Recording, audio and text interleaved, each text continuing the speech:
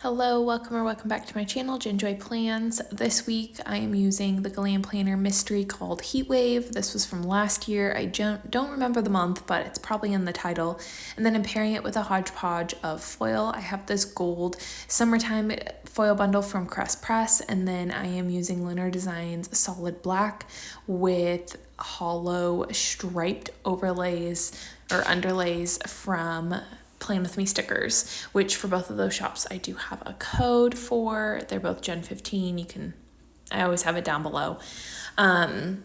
But I kind of did a hodgepodge of foil because I had this vision of pulling out like the yellows and the oranges of the kit. So that's why I wanted to do like a gold, and I feel like I never do gold in the summer. I use gold a lot. Like gold is probably, well, I don't know.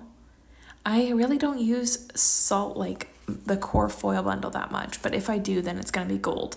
And then I had this vision after seeing the umbrella and kind of like the stripes in the kit that you'll kind of see, to do the black with the pink stripes, and I think it looks really cute. I don't know how I still don't know how I feel about it with the gold, but overall I think it doesn't clash, but I don't know if it complements. It just it coexists. I just don't know. But now that I'm looking at it, I also can't shake that the pink and black is like Victoria's Secret, and that's really gonna bug me because that's not the vibes we're going for. Anyways, long story long, got this kit last year and I was like, heat waves, we don't really get those where I live. And then we decided to move and we came into 115-degree weather, and I was like, oh my goodness. So I decided to use this kit for this first week that we were living here in Arizona, and I just thought it was perfect. It was a little bit of culture shock, but I feel like everybody prepared us, and we knew we knew what we were signing up for. But when we were telling people that we moved or we're moving, everybody's first comment to us was, oh wow, it's hot there, or do you know it gets hot there? Oh no, Susan, I had no idea it was hot there. We just randomly picked a spot on the map to move. That's so sassy. I would never say that to somebody in their face, but it was just this ongoing joke of my husband and I, and then we told our parents, and then at family events they would pick up and hear other people say that, and then they would giggle with us because it's just so true. It's yep, we know it's hot, but that's okay. It's nice most of the year, and you just have to endure this season. So, long story long, we're surviving. It's totally fine. You're inside most of the time anyways, and I start school next week.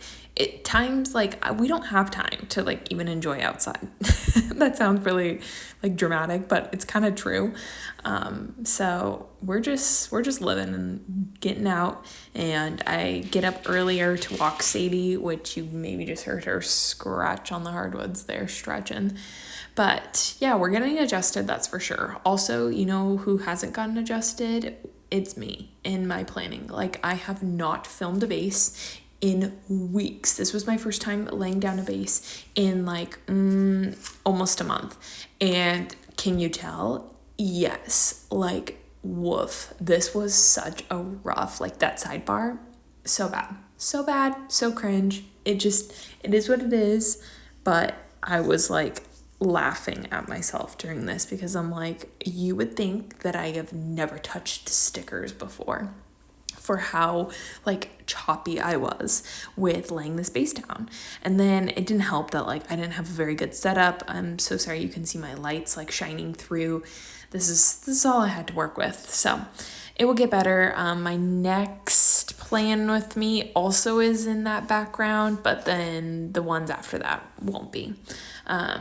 We were staying at my brother and sister-in-law's place, and that was really nice. They were out of town, so we were house sitting for them. But So it was nice to like get the house to ourselves, but then it also felt weird because it's like a big part of moving was to be closer to family, and like most of our family wasn't there.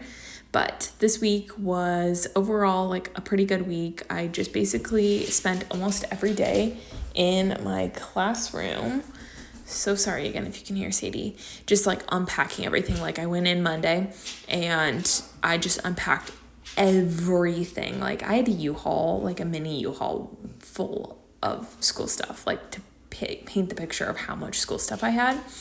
And then afterwards, I treated myself to Swig. It was my first time going, and I had just heard about it, and then I saw one driving home, and I was like, wait, what?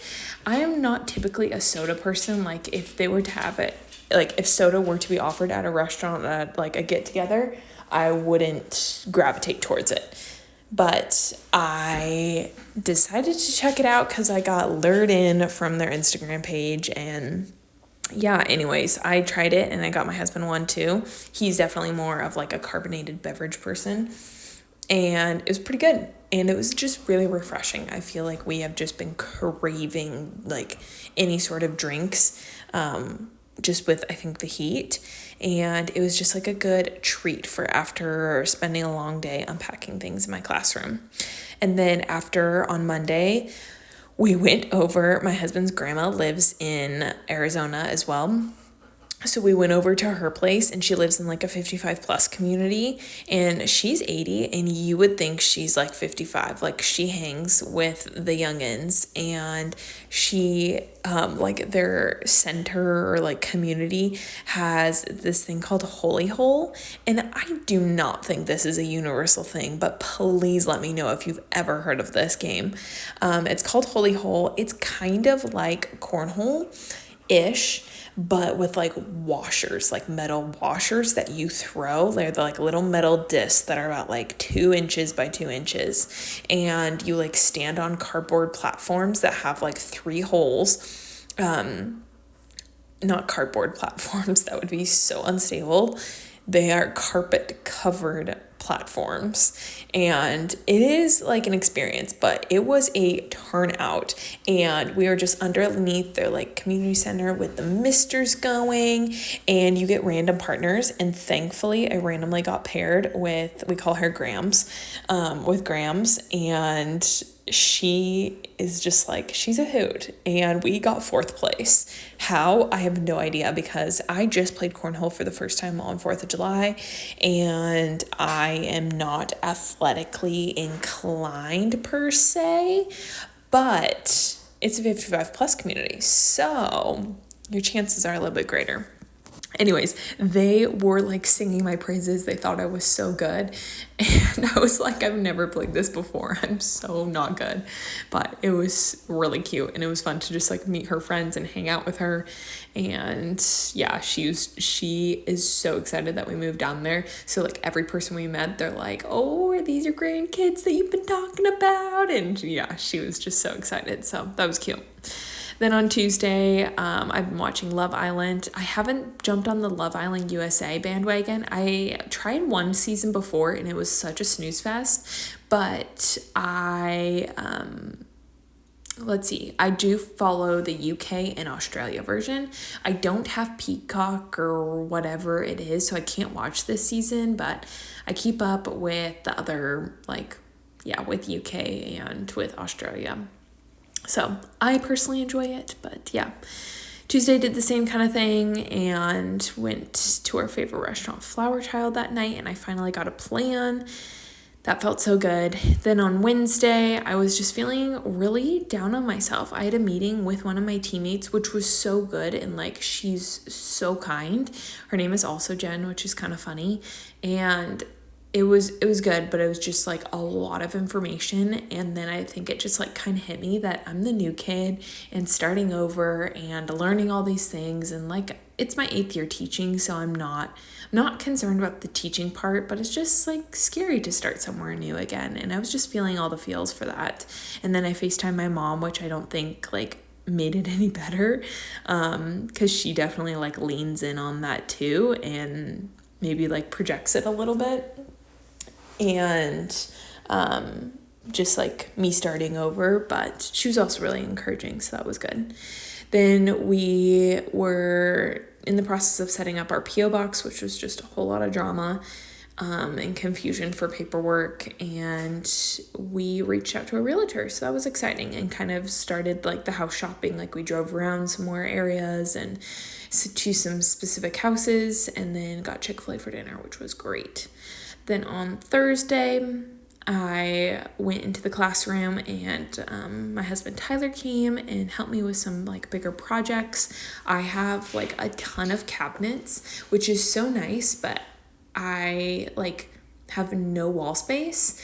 And then the wall space that I do have, it's like a giant chalkboard, and then like one magnetic, or so it's like magnetic, and then one bulletin board.